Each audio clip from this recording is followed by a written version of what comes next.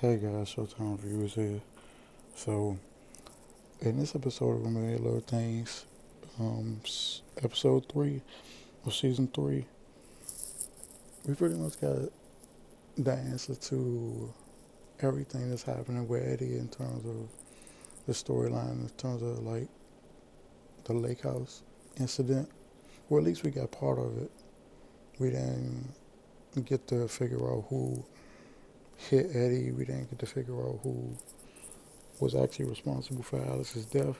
But we did figure out some things about that night that Eddie didn't know, courtesy of Reverend Stewart, when he came to the house to talk to Eddie about what happened that night.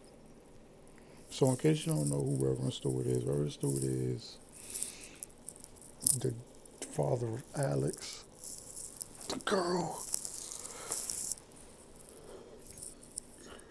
the girl that drowned in the lake house all those years ago, that pretty much haunted Eddie for all these years. Up until the events of the season that we're up to now. So we came over to the house and told Eddie pretty much what happened about the night that he got hit, about the night at the lake house, about everything that happened leading up to it, and then everything now. So in terms of what happened at the lake house, Reverend Stewart revealed that both his daughters, Alex and Colleen, Colleen being the eldest daughter, that confronted Eddie about snooping around the old lake house to try to figure out what happened to his friend back in season 2. That's Colleen. He revealed that Colleen and his other daughter, Alex, were pretty much partaking in extracurricular activities such as alcohol and drugs, and that played a part in what happened with Alex's death. She pretty much overdosed. And to save their reputation as a family, to save their reputation as individuals, Reverend Stewart put his daughter's body in the lake and then rediscovered it, once he called the police and the rescue teams and got her water out the body. Got her body out the water, excuse me, to make it look like an accidental drowning. To pretty much save face in the community and everything like that. But we also found out in the episode the night that Eddie got hit by the car, at the end of season 2, Reverend Stewart was out. Reverend Stewart was out there. He was pretty much following Eddie.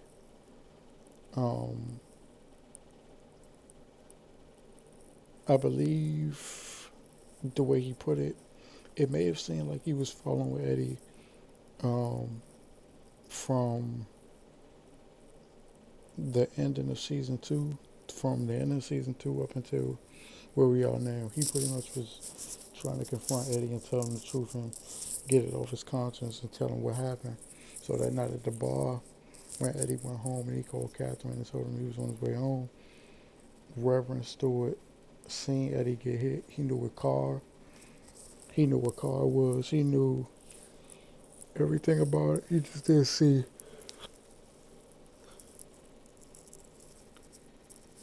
The only thing I don't believe he saw was the license plate and who was driving at the time.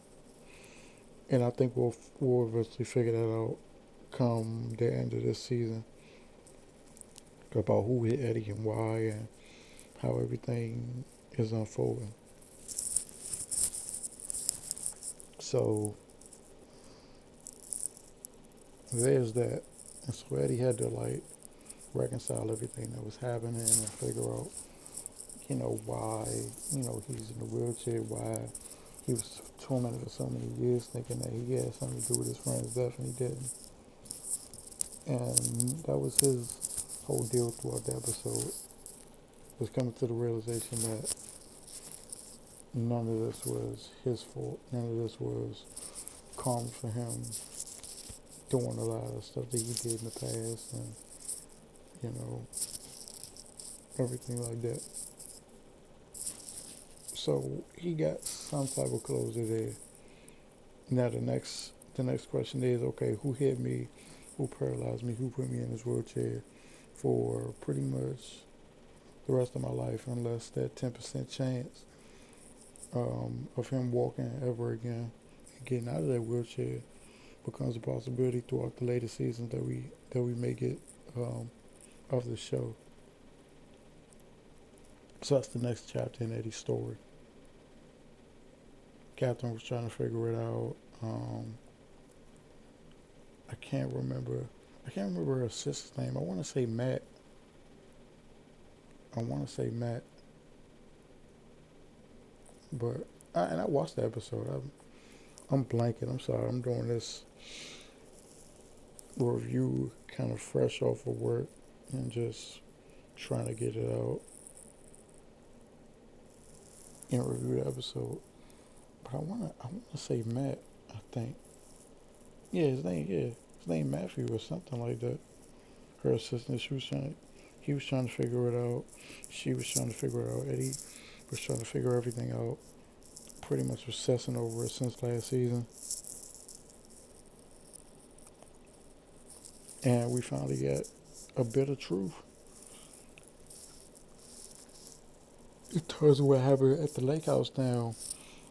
Again, Reverend Stewart said he tracked down the car that hit Eddie, which was a black SUV, but he didn't really get a good look at the driver, didn't really get a good look at the license plate, tried to follow it, and it lost him. So eventually I think we'll figure out that storyline and tie that loose end. Now on to Rome and Gina.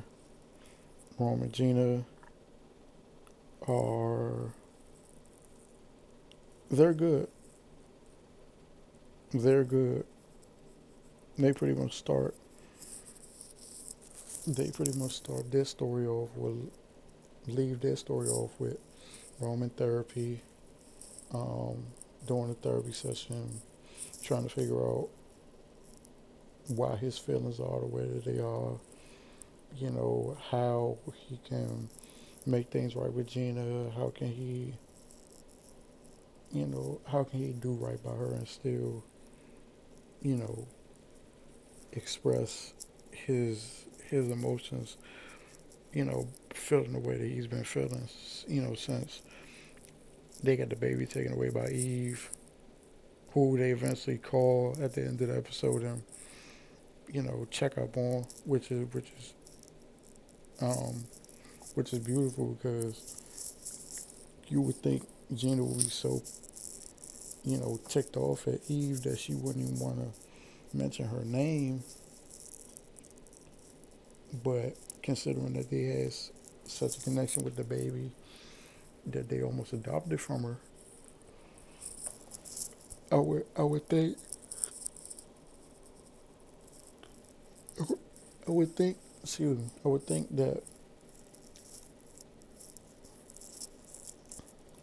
they keep in touch with Eve and see how she is and see how the baby's doing and everything like that, because Eve said back in season 2, she said that she wanted to keep Ramagina in her life as much as possible, and you know look to them for guidance whenever she needed some type of help, whether it was with her relationship with her child's father, or the baby, or anything like that. She was very adamant about that.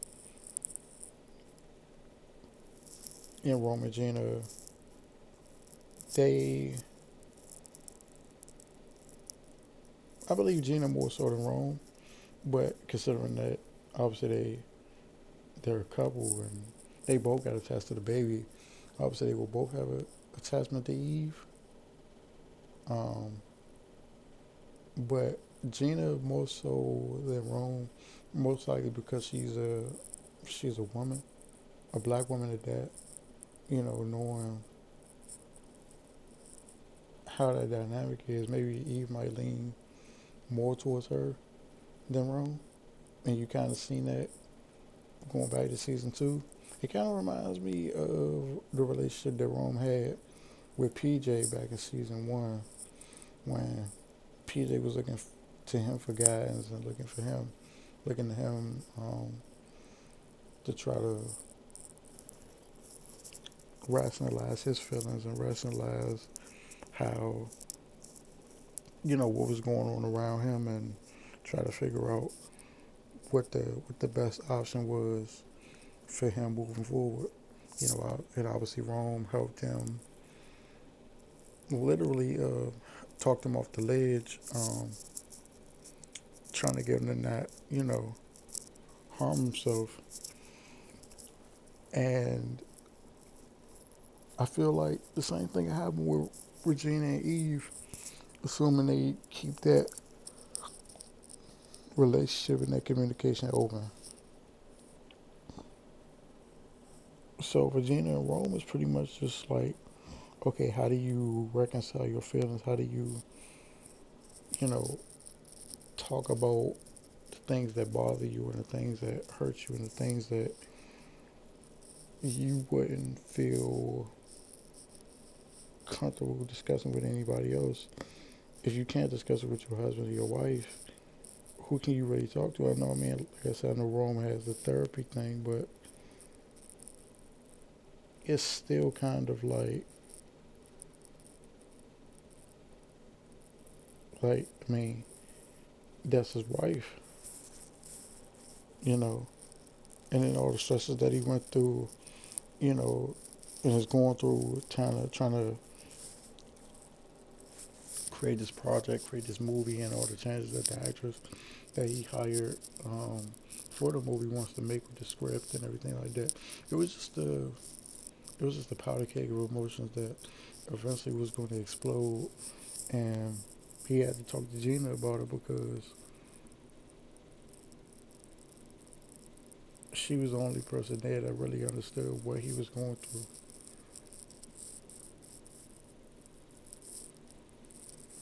And she needed him to understand that, hey, I've only been like this because this happened and that happened. And I understand that you may want to move forward, but I wasn't ready. And in this episode, she obviously was ready. That's why she said the line. She said, we're not moving on, we're moving forward. Which is great news for them because they might be able to call Gloria back and get another process started to adopt another baby. Hopefully this story wraps up with a nice little bow, and we found out that through all this that Gina is somehow, I don't know, pregnant, or she they get everything processed and get everything together to where they can adopt another baby as soon as possible.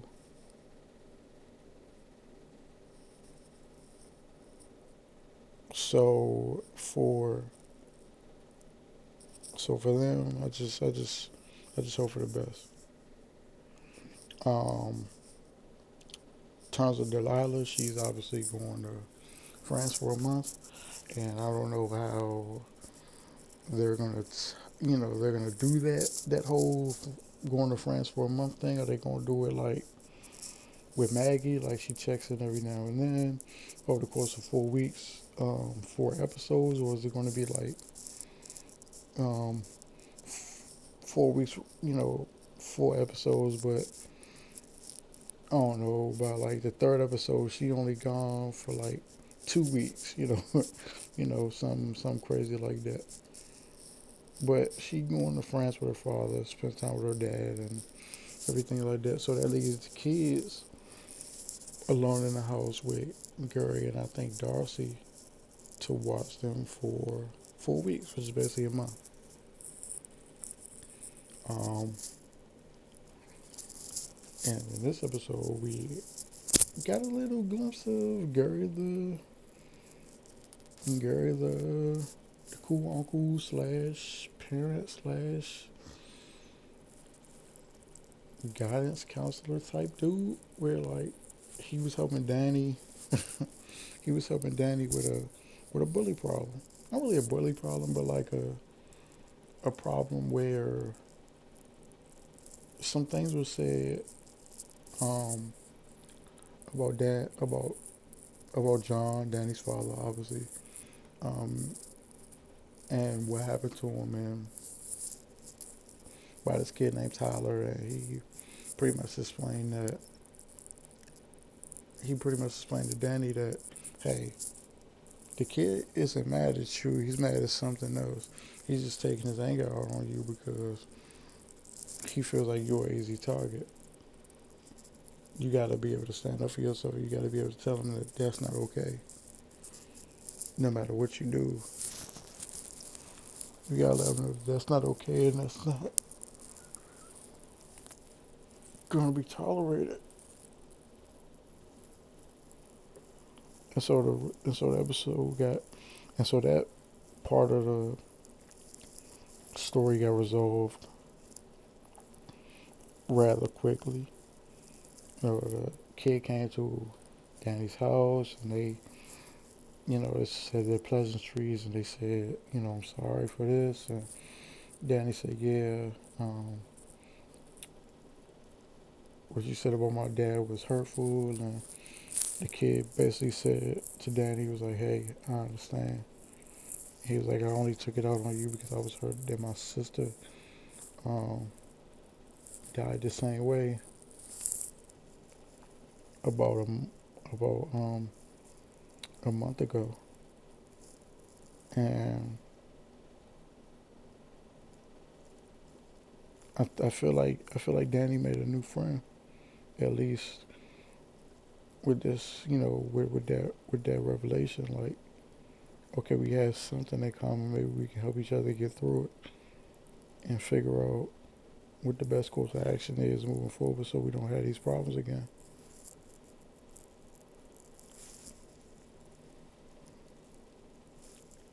And that's pretty much it for that storyline. I mean, Gary and Darcy did their thing. It's pretty much a vanilla episode up in, um, except for the Eddie stuff, the Romagina stuff, and oh yeah, the Maggie stuff. Maggie and Jamie are moving forward with their relationship. Um, they seem like they like each other, especially that comment that Maggie made at the end of the episode about butter toffee. And they look like they hooked up. I mean, a lot of people were speculating, trying to figure out what was going to happen with Maggie and Jamie, and how was she going to handle everything over there in Oxford, and was she going to miss Gary a whole lot? Was it going to be awkward? Her calling back to the States, to Gary and checking up on him and checking up on everybody else, considering that he's now with Darcy. And the answer is no. I mean, she checked on Gina earlier today. Earlier in the episode. She didn't talk to Gary. Um, and I said this when I watched the episode. I know that Rome has his own other therapist now that Maggie's um, gone to Oxford. And they still correspond, obviously, because she has everybody else's number, basically out of association with Gary. But Gina has taken Rome's place as like Maggie's.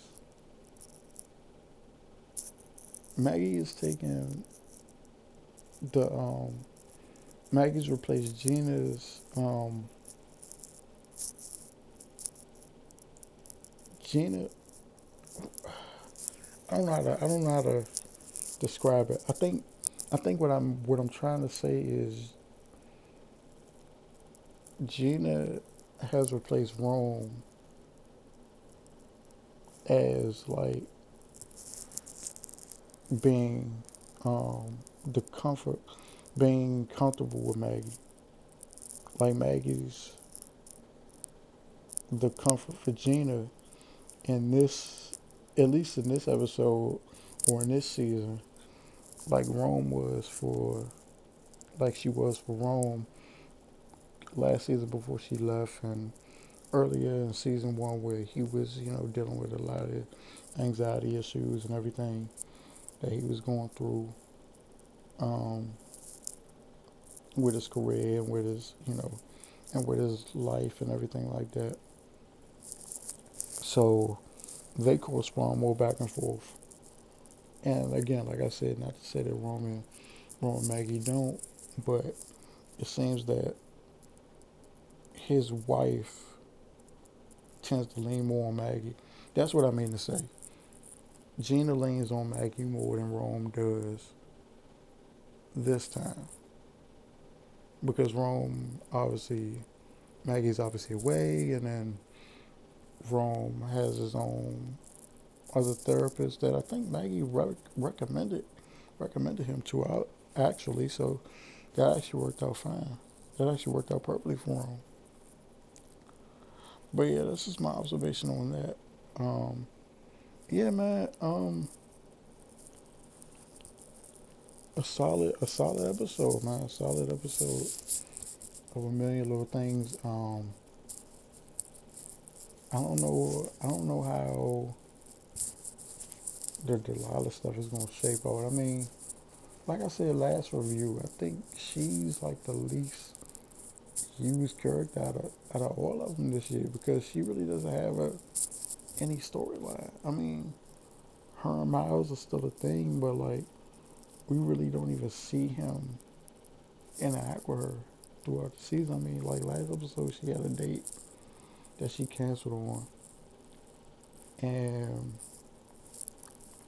she really doesn't have any type of real plot points.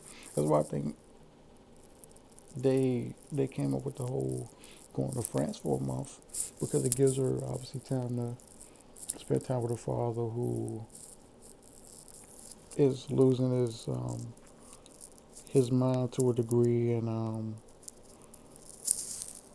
he's sick.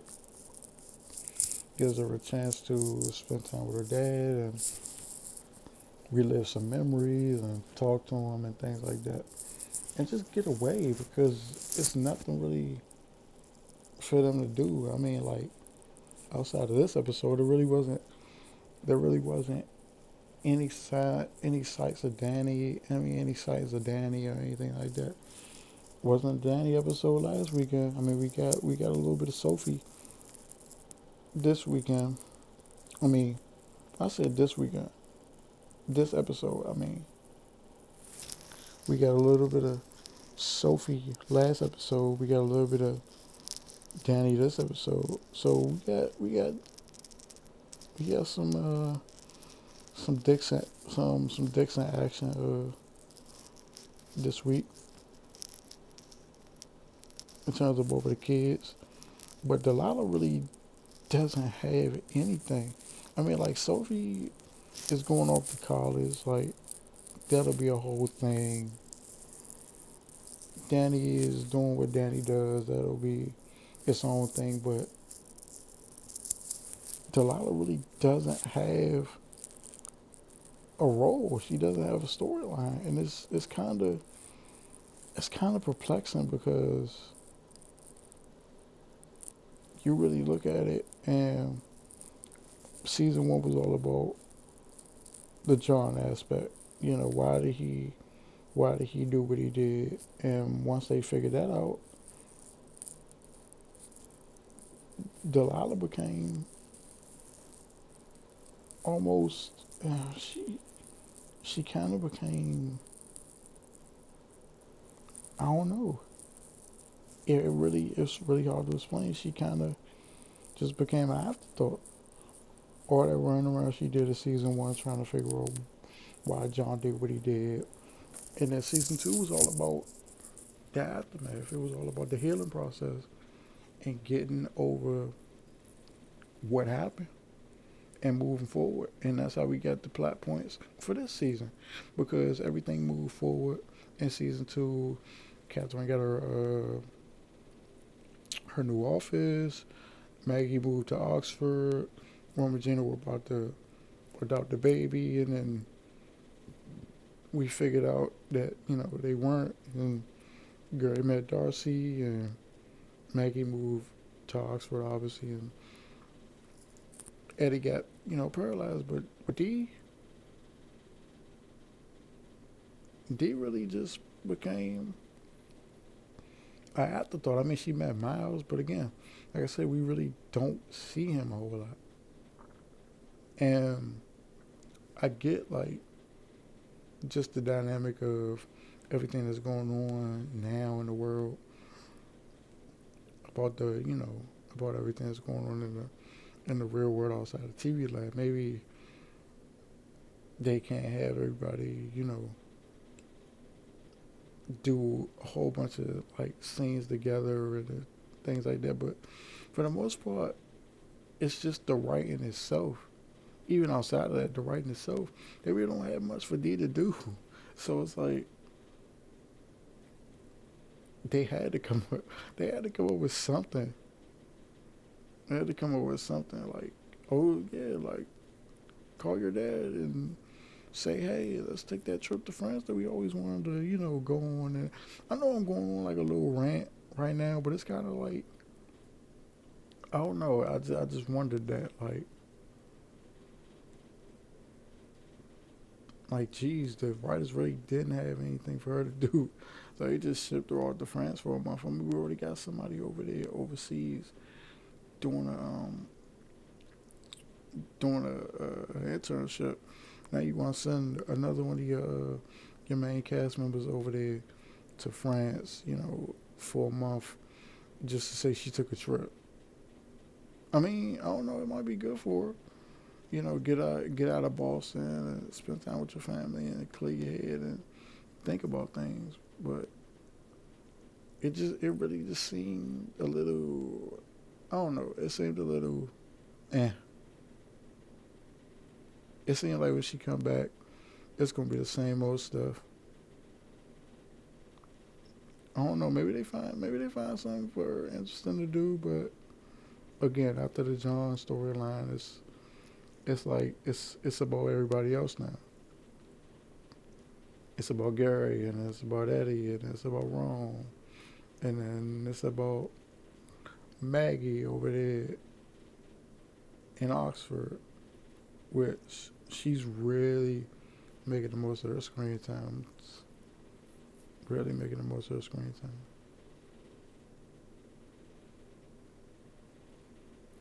But I mean, that's just my thoughts on it. I mean, I went on that little rant about D, but I kind of meant it because it's like, wow, like they really kind of stole her character a little bit. Like they really kind of just, ugh. Like no, I don't know how to explain it. It's like they really don't have a use for her in the storyline right now. It's like what is there for her to do? What, get Sophie ready for college? I mean, like, okay, cool, but that's a like what, 15, 20 minutes out of a 30, 40 minute episode. You're not really gonna get much out of that. Um, yeah, man. I mean, and then you get the whole thing with Gina and Gina and her and Gary